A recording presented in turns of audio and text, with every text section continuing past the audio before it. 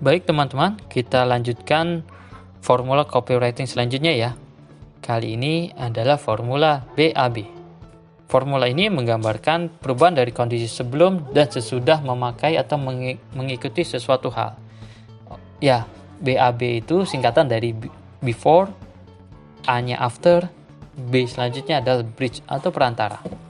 Nah, jadi pada bagian before berarti menceritakan kondisi sebelum memakai atau mengikuti sesuatu. Selanjutnya diceritakan juga kondisi setelah menggunakannya.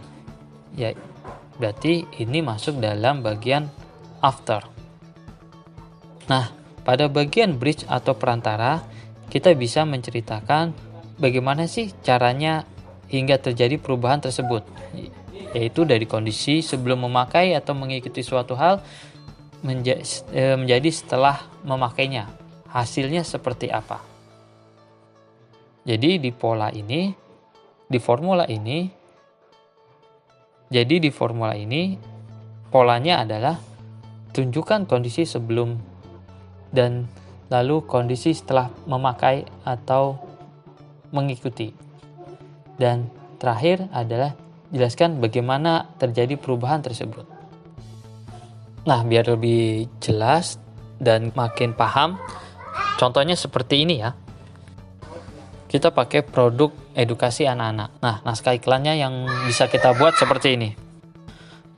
Anak ibu A ini awalnya sudah kecanduan berat sama HP. Tiap bangun tidur selalu HP yang dicari. Makan sambil main HP, diajak main keluar juga nggak mau.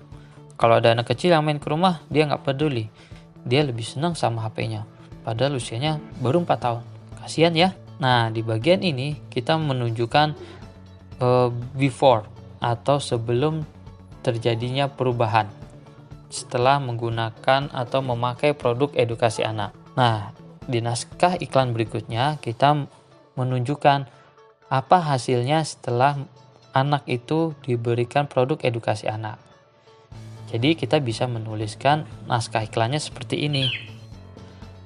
Ya, namun dalam sebulan ini perilakunya berubah. Lebih suka main sama anak kecil dan setiap bangun tidur tidak lagi cari HP. Justru dia sekarang lebih senang bersama dengan buku-bukunya. Alhamdulillah dia jadi lebih anteng dan lebih mudah terkontrol.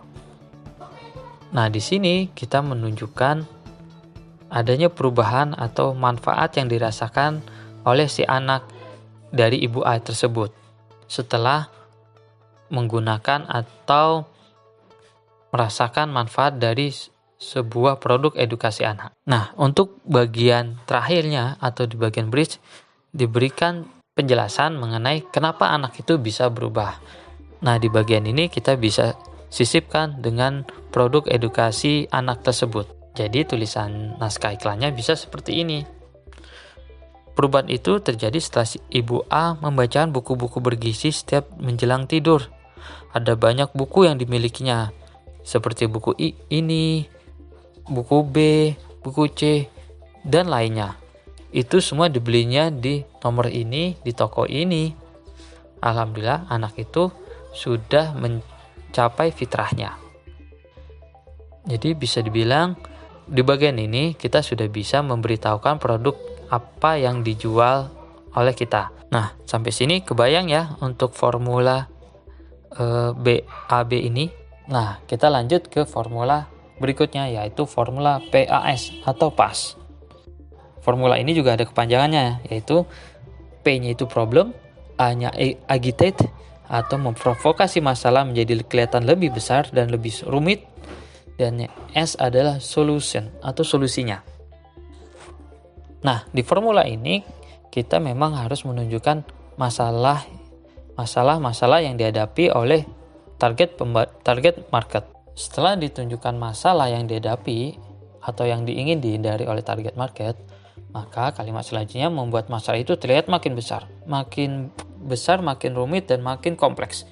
Tujuannya apa? Agar perasaan pembaca bisa kita mainkan hingga membuat pembaca makin takut, gelisah, dan harus segera bisa mengatasi masalah tersebut. Nah, kalau sudah begitu, kita tinggal menyodorkan solusi apa yang bisa mereka lakukan?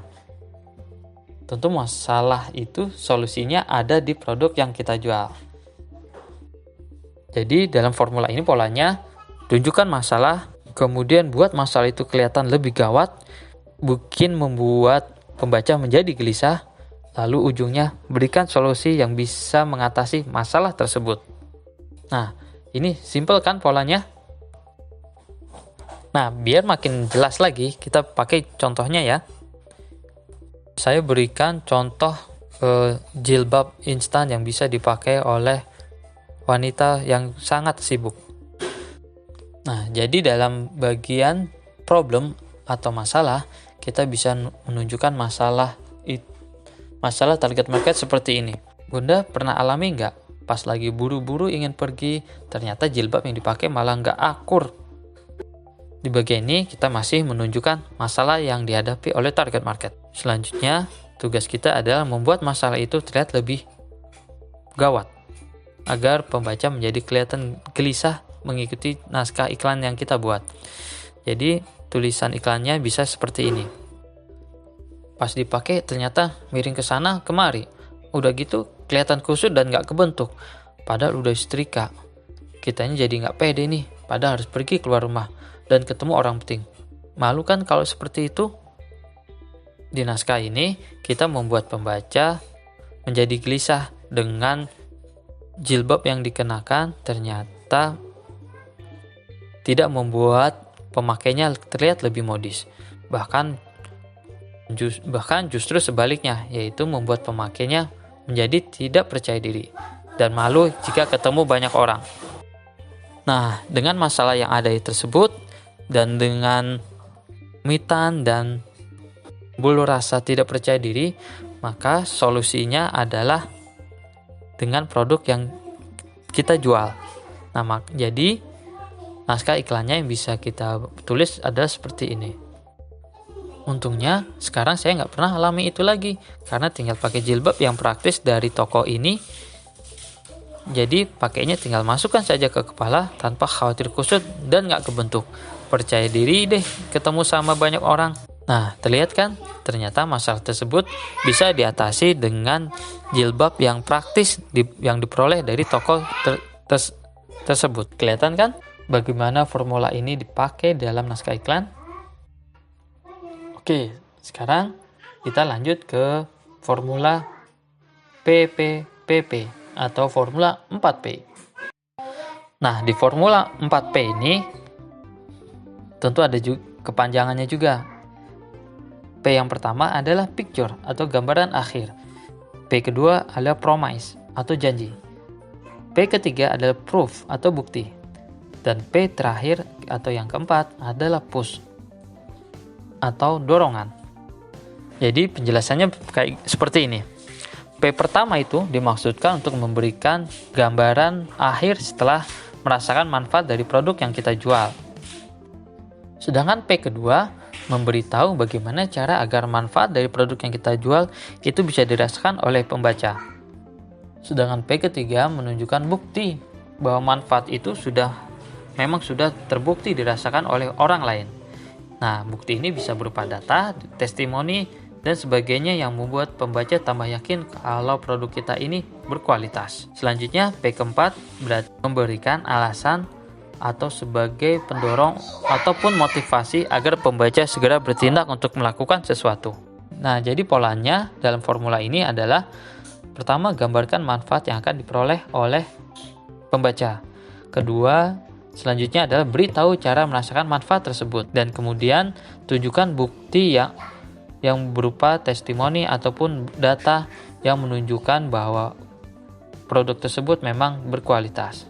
Dan terakhir, dorong untuk bertindak. Nah, biar lebih jelas, kita lihat contoh naskah iklan berikut ini ya. Nah, iklan ini adalah iklan untuk merekrut reseller atau agen. Kita mulai dari picture atau gambaran akhirnya ya. Naskah iklannya bisa berupa seperti ini. Bunda, pernah bayangin gak sih dapat income 10 juta per bulan meski dari rumah? Itu uang sendiri loh, bukan dikasih suami, tapi dari hasil usaha sendiri. Jadi meski di rumah masih bisa ngomong anak sambil dapat transferan. Enak kan ya? Nah, kemudian di bagian promise kita bisa kasih tulisan seperti ini. Nah, siapa tahu informasi ini bermanfaat buat Bunda, karena caranya cukup mudah kok untuk dapat income sebesar itu. Sedangkan di bagian proof atau bukti, kita bisa menuliskannya seperti ini. Nah, apalagi hingga saat ini sudah sekitar 257 orang yang menjadi anggotanya. Rata-rata dari mereka sudah berpenghasilan di atas 3 juta per bulan. Dan gak sedikit juga yang sudah mencapai 10 juta. Meski mereka hanya ada di rumah. Di bagian ini kita menunjukkan bukti bahwa ada sekitar 257 orang yang telah menjadi anggota di komunitas ini. Nah, selanjutnya di bagian push atau dorongan, yaitu mengarahkan pembaca untuk melakukan tindakan, kita bisa menuliskan naskah iklannya seperti ini. Mau seperti mereka kan, Bun? Nah, biar enak ngobrolnya, Bunda boleh kok chat di nomor ini. Siapa tahu Bunda justru bisa melebihi capaian dari mereka. Ditunggu ya di nomor sekian. Terima kasih. Nah, sampai sini kebayang ya bagaimana menggunakan 6 formula copywriting yang bisa kita terapkan di naskah iklan produk kita. Nah, biar teman-teman makin jago dalam nulis iklannya, saya berikan tugas untuk membuat naskah iklan berdasarkan produk teman-teman yang ada. Jadi, silakan buat teman-teman membuat naskah iklan menggunakan formula copywriting di atas. Bisa gunakan 6 formula itu untuk satu produk, ataupun satu produk bisa menggunakan formula lainnya. Oke, saya tunggu tugasnya di link yang sudah saya berikan. Terima kasih. Wassalamualaikum warahmatullahi wabarakatuh.